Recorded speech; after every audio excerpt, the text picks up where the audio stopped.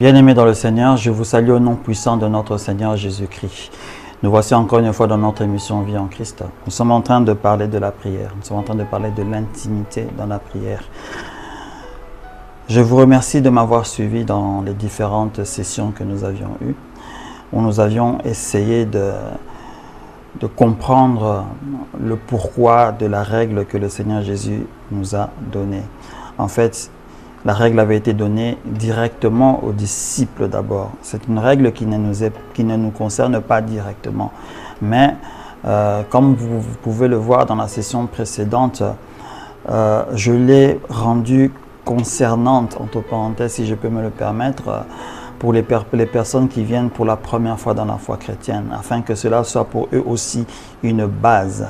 Parce que lorsque les disciples avaient posé la question au Seigneur de « apprends-nous à prier », c'était pour eux aussi une base, parce qu'ils ne priaient peut-être pas, ou bien ils ne savaient pas comment prier. On se poserait des questions, mais comment est-ce que ces disciples qui étaient avec le Seigneur Jésus pouvaient avoir des difficultés, ou bien ils ne savaient pas prier à tel point qu'il fallait le demander.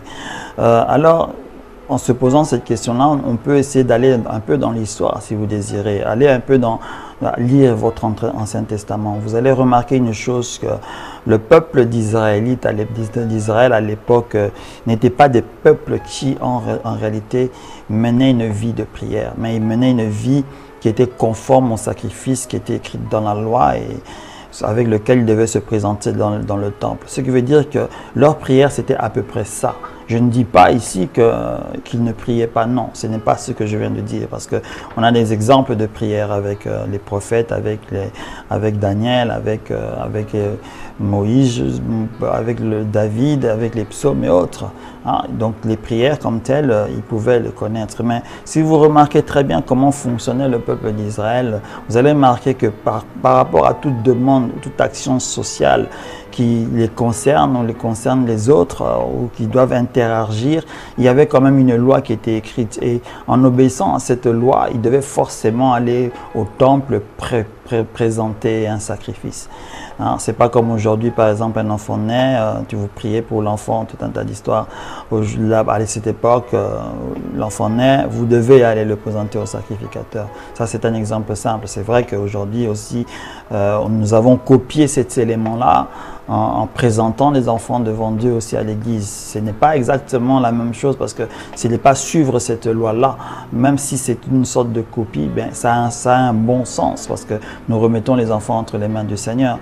C'est exactement le même rôle que cela avait. Mais si vous regardez, il le faisait pour qui? Il ne le faisait pas pour tous les enfants, il le faisait pour la prémisse, donc le premier des enfants nés.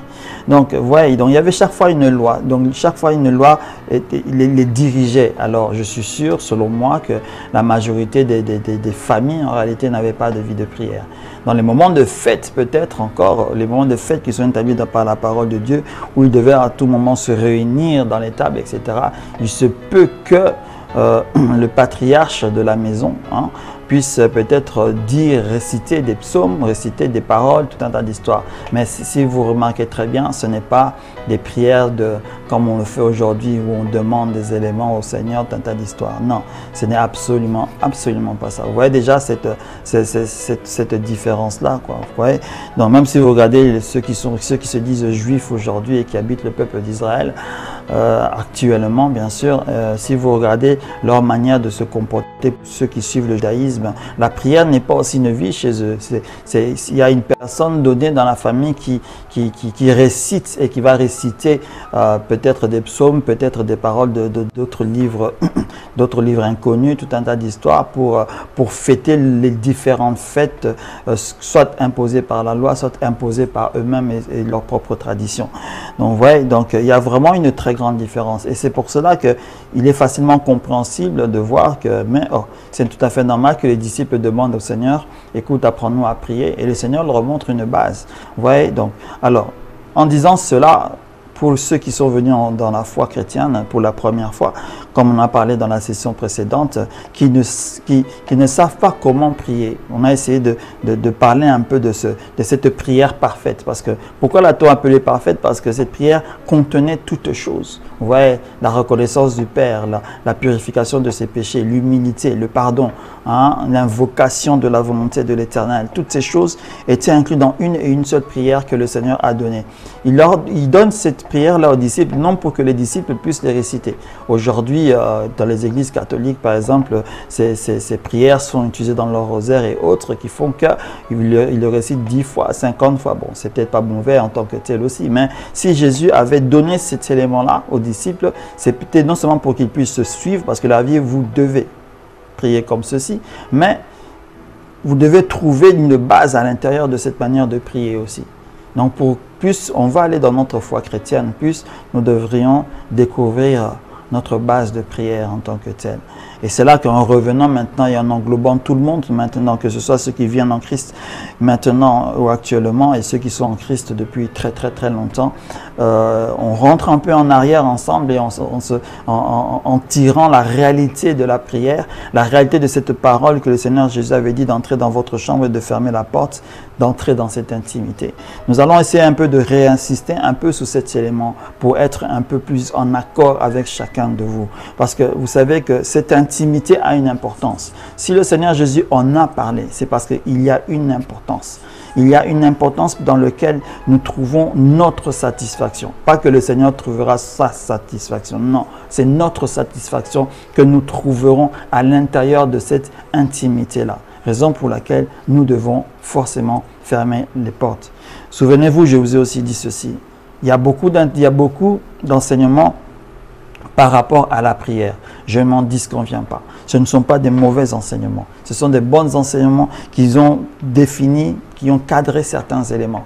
On a parlé de prière, on parle de prière d'intercession, de supplication. Tous ces éléments se retrouvent en fait dans la parole de Dieu. Lorsque vous lisez différentes étapes de la parole de Dieu où la prière a été un peu exposée. On a parlé aussi de prier sans cesse dans certaines parties de la parole de Dieu. Le Seigneur Jésus-Christ lui-même a donné un exemple de la prière sans cesse avec cette fameuse femme pauvre qui allait chez le juge et non pour la menacer, mais pour insister qu'on puisse lui rendre justice. C'est un exemple aussi de prier sans cesse.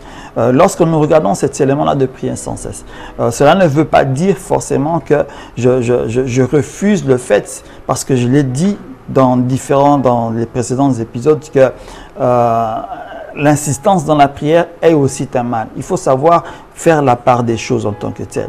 Vous savez, la femme en question, si on peut revenir avec cette femme qui est allée chez le juge, n'avait pas d'intimité avec ce juge-là, ok? Donc, elle insistait avec ce juge, hein, vous comprenez? Elle insistait avec lui. Or, moi, si j'ai une intimité avec le Seigneur, est-ce que je dois insister sur quelque chose? Insister de quelque chose dans cette intimité-là. Alors, on peut revenir à l'exemple de notre couple. Le couple terrestre, bien sûr, femme-homme, lorsqu'ils sont dans leur intimité, ils peuvent se demander des éléments qui peuvent être aussi exaucés à ce moment-là, comme ils peuvent aussi insister sur certains éléments. Vous comprenez? Donc, cet exemple nous permet de comprendre quand faut-il peut-être insister, quand ne faut-il pas insister. L'insistance dans la prière n'est pas forcément une règle en tant que telle. Elle ne doit pas forcément être un standard, un étendard. Parce que vous savez que lorsque vous êtes peut-être en famille et que vous priez et que ce n'est pas que vos yeux, vos oreilles sont fermées et que vous n'entendez pas souvent la prière des autres. Vous allez remarquer que dans la prière des autres, il peut y avoir des répétitions. Peut-être aussi même dans ta propre prière à toi ou dans ma propre prière à moi, qu'il y a souvent des répétitions. On entre souvent très facilement dans la prière avec une sorte de roue standardisée, si je peux me permettre de dire cela mécaniquement parlant. Une roue qui a déjà les dents bien faites et bien numérotées. On commence par A pour terminer avec X ou Y. Et le lendemain, la prière va être exactement la même chose. Je ne pense pas que cela est mauvais en tant que tel lorsqu'on est dans une prière de groupe, par exemple, en famille, par exemple, lorsque vous devez prier ensemble, et avant le matin, par exemple, ou bien le soir avant de manger, de dormir, quelque chose comme ça, vous pouvez prier ensemble et les prières peuvent toujours être un peu standardisées d'une manière ou d'une autre. Mais lorsque vous êtes seul, Parce que lorsque le Seigneur Jésus a parlé et a donné l'exemple aux disciples, il parlait d'une personne unique, une personne seule, qui entre en communion avec son Père.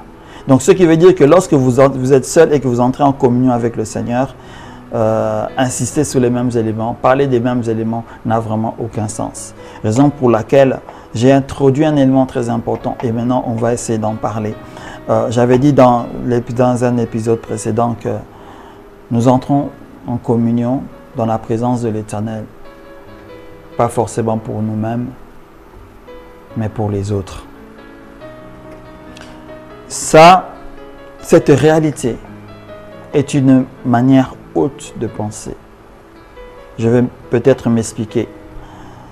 Regardez simplement la vie du Christ, la vie de Jésus. Allait-il en prière pour lui?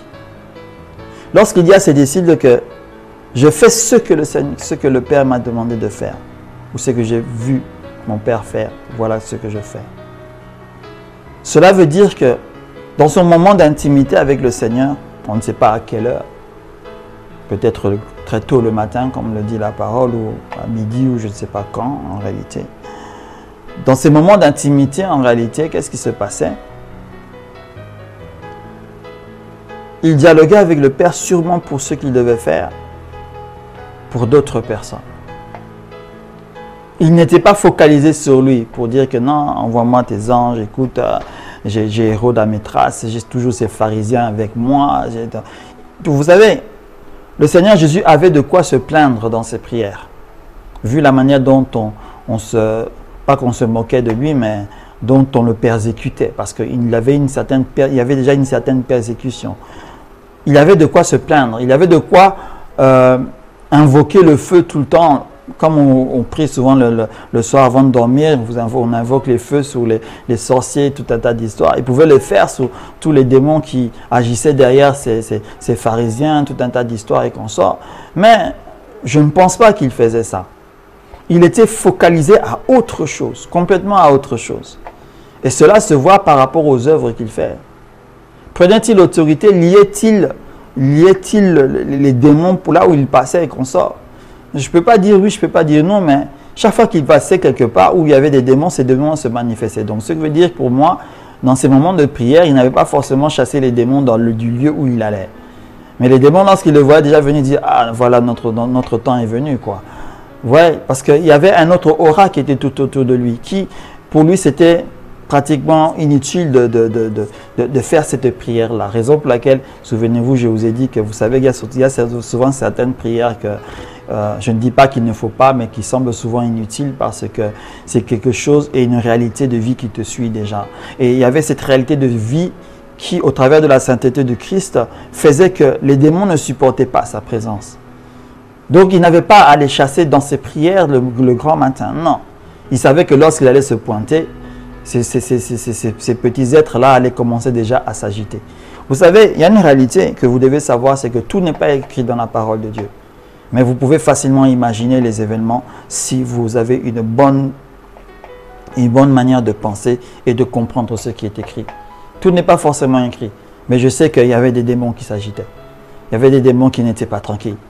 La preuve, on a sur certaines histoires où il dit que pourquoi tu es venu maintenant, c'est pas notre temps, un tas d'histoires et comme ça. Après, ils ont dit que non, ok, jette-nous là-bas, etc. Mais nous voulons rester dans le territoire, mais jette-nous simplement là-bas. Et le Seigneur Jésus dit, ok, allez-y, allez où vous voulez aller. Vous voyez, donc, il y a des places où il y avait des fous, entre parenthèses, qui avaient des légions en eux-mêmes, on avait le fou de Gadara, tout un tas d'histoires, et il se présentait là, mais il chassait les démons en question. Vous voyez, il avait une préparation. Le Seigneur Jésus était déjà préparé. Vous comprenez? Qu'est-ce que je suis donc en train de vouloir en fait dire ou expliciter? C'est que quand il était dans cette intimité avec le Seigneur le préparait. Le Père Créateur le préparait pour sa journée, pour ses journées, ce que nous avons lu, ce que nous lisons tous les jours et qu'on sort. Il lui montrait les choses qu'il faisait. Voilà mon point pour lequel je suis en train de m'asseoir et je suis en train de dire que lorsque nous entrons en intimité avec le Seigneur, c'est pour les autres que nous le faisons. Est-ce que cet élément-là que je viens de dire est forcément une règle? Est-ce que je dois m'interdire de prier pour moi-même lorsque j'ai des problèmes? Non. Mais il y a des moments où, quand vous sentez que vous êtes accablé en souffrance, que vous entrez dans l'intimité avec le Seigneur parce que vous voulez que cette souffrance parte. On a eu l'exemple avec Jésus avant la crucifixion. On a ces exemples avec David lorsque vous lisez les chants des psaumes. Parce qu'il avait des problèmes, parce qu'il était dans des situations où il ne savait pas comment en sortir. Il ne pouvait que se déverser dans l'intimité avec le Seigneur. Mais en dehors de ces éléments-là, vu le but pour lequel le Christ nous a sauvés, souvenez-vous, on le dit, nous sommes sauvés pour les autres, pour en sauver d'autres aussi. Nous devons donc entrer dans notre intimité, non seulement pour nous-mêmes, mais si on doit me donner un petit pourcentage, faisons un peu au moins, au minimum du 50-50. N'allons pas forcément dans notre intimité avec le Seigneur à 100% pour nous-mêmes. Nous serons des égoïstes. Mais allons pour nous et pour les autres aussi. C'est la raison pour laquelle je dirais à ceux qui viennent dans la foi récemment, vous vous posez la question, mais finalement, comment je vais arriver à prier, etc. Vous savez, le premier exercice de prière que vous pouvez avoir, c'est de prier pour les membres de votre famille. Pour quelle raison? Parce que vous les voyez, vous avez un regard sur eux. Parce que vous savez exactement ce qui va et ce qui ne va pas. Vous savez, je vous ai dit dans les premiers épisodes que la prière est un dialogue. La prière n'est pas une eulogie, je ne sais pas comment, comme ce qu'on lit devant une assemblée ou autre chose. Non. Des paroles simples que vous pouvez dire au Seigneur, des paroles simples de ce que vous vivez, que vous avez vécu. C'est ça que vous devez rapporter au Seigneur. En le rapportant cela, en disant, on doit avoir des solutions sur ces éléments-là. Quand vous êtes un père nouvellement sauvé, entre parenthèses, que vous savez que vos enfants sont en péril, par exemple. Ils atteignent l'âge de l'adolescence et vous savez que c'est l'âge, la préadolescence et l'adolescence sont pratiquement, ça dure à peu près, si je ne me trompe pas, plus ou moins 7 à 8 ans. Dépendant que c'est un homme ou c'est une femme, donc un garçon ou une fille. Ces 8 années-là, entre 12 ans et 20 ans souvent. Parce que souvent, la majorité des enfants regagnent un peu de leur esprit. Quand ils vont peut-être actuellement à l'université à partir de 19, 20 ans, ils deviennent souvent un peu plus sérieux. Pas tous, bien sûr, mais bon, écoutez, ce n'est pas une règle générale, mais les psychologues vous le diront que les 8 premières années après 12 ans sont souvent les années les plus délicates de l'enfance. Que ce soit un garçon, que ce soit les filles. Si ça commence mal, alors il peut y avoir des problèmes sur le reste.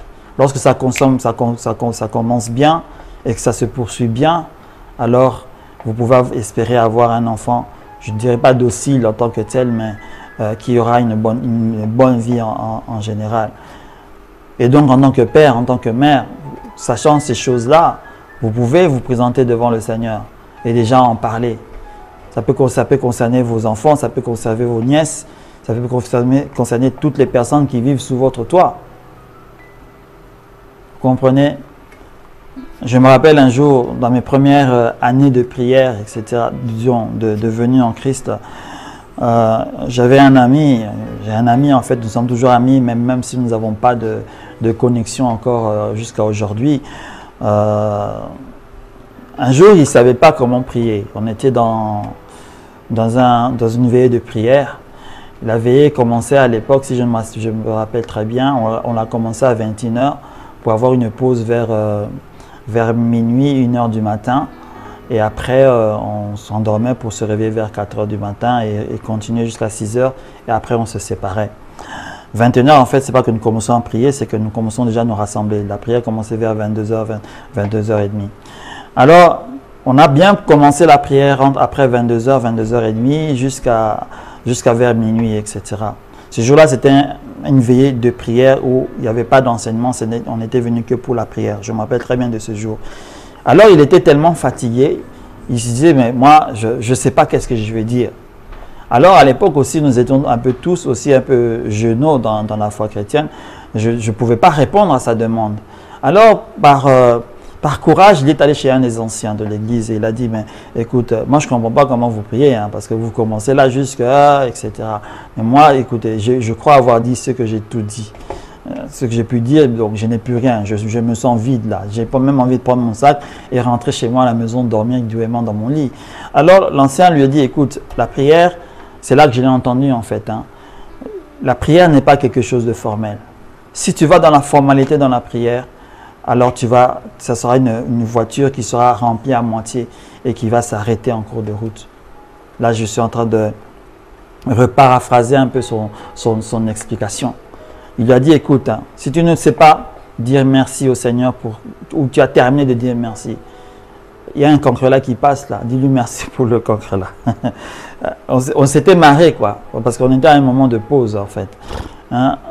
On a ri vraiment de cet exemple-là.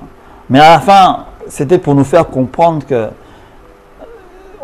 prier, n'était pas si compliqué en tant que tel.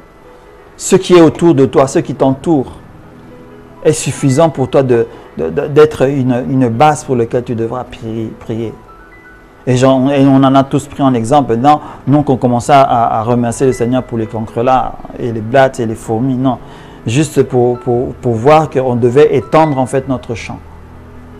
Notre champ de prière devait s'étendre.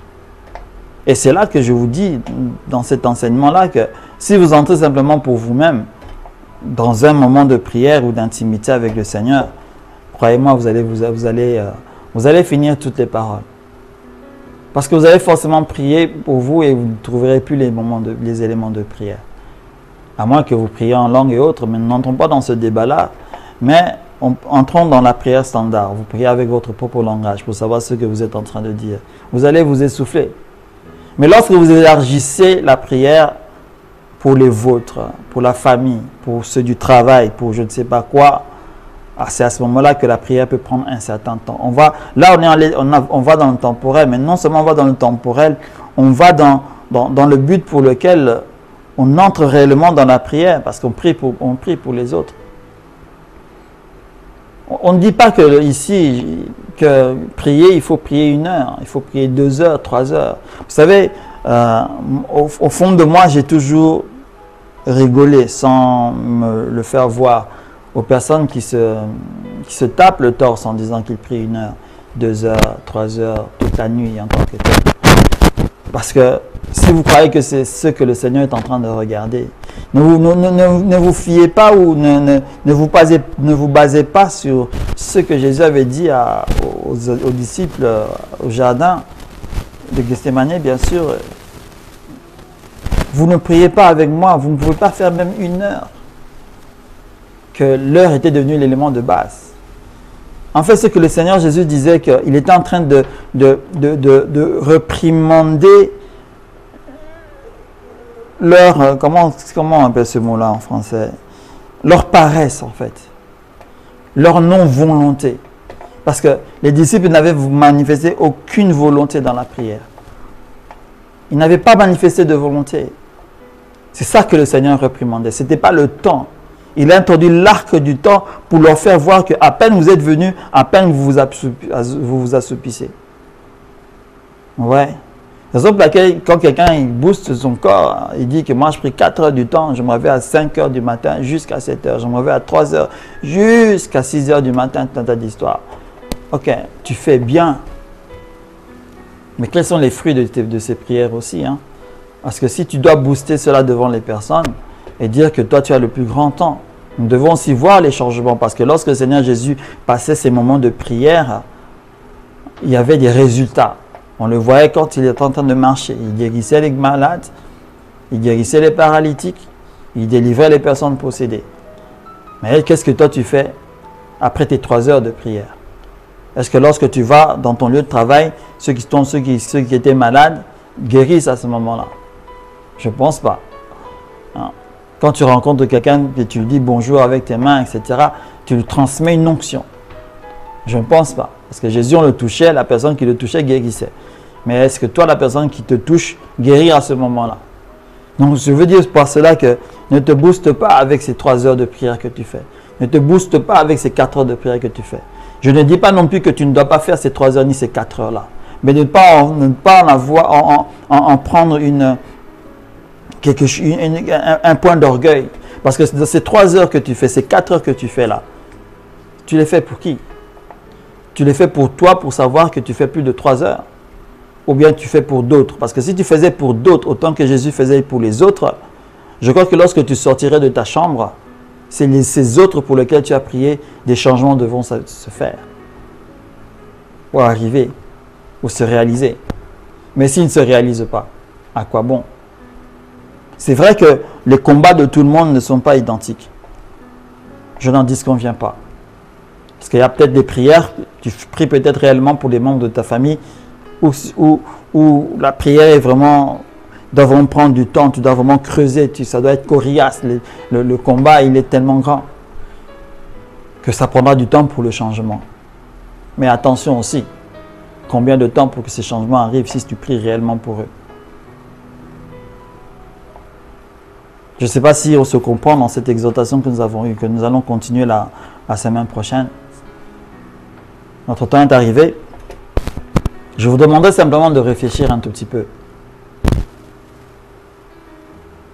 Ne regardez pas les enseignements de prière globales qui ont été dites, qu'on a appris, qu'on apprend souvent quand on a des thèmes. Nous allons aujourd'hui parler de la prière dans les églises et autres. Mais regardez un peu, focalisez-vous un peu sur cette intimité, sur le rôle de cette intimité et qu'est-ce qui doit s'y passer lorsque vous êtes devant le Seigneur pour prier dans votre chambre. Au nom puissant du Seigneur Jésus, nous allons nous séparer. Nous allons nous retrouver la prochaine fois, à la même heure, sur la même chaîne, pour essayer de conclure sur cet enseignement de la prière. Que le Seigneur puisse vous bénir abondamment. Restez dans la paix du Christ. Amen.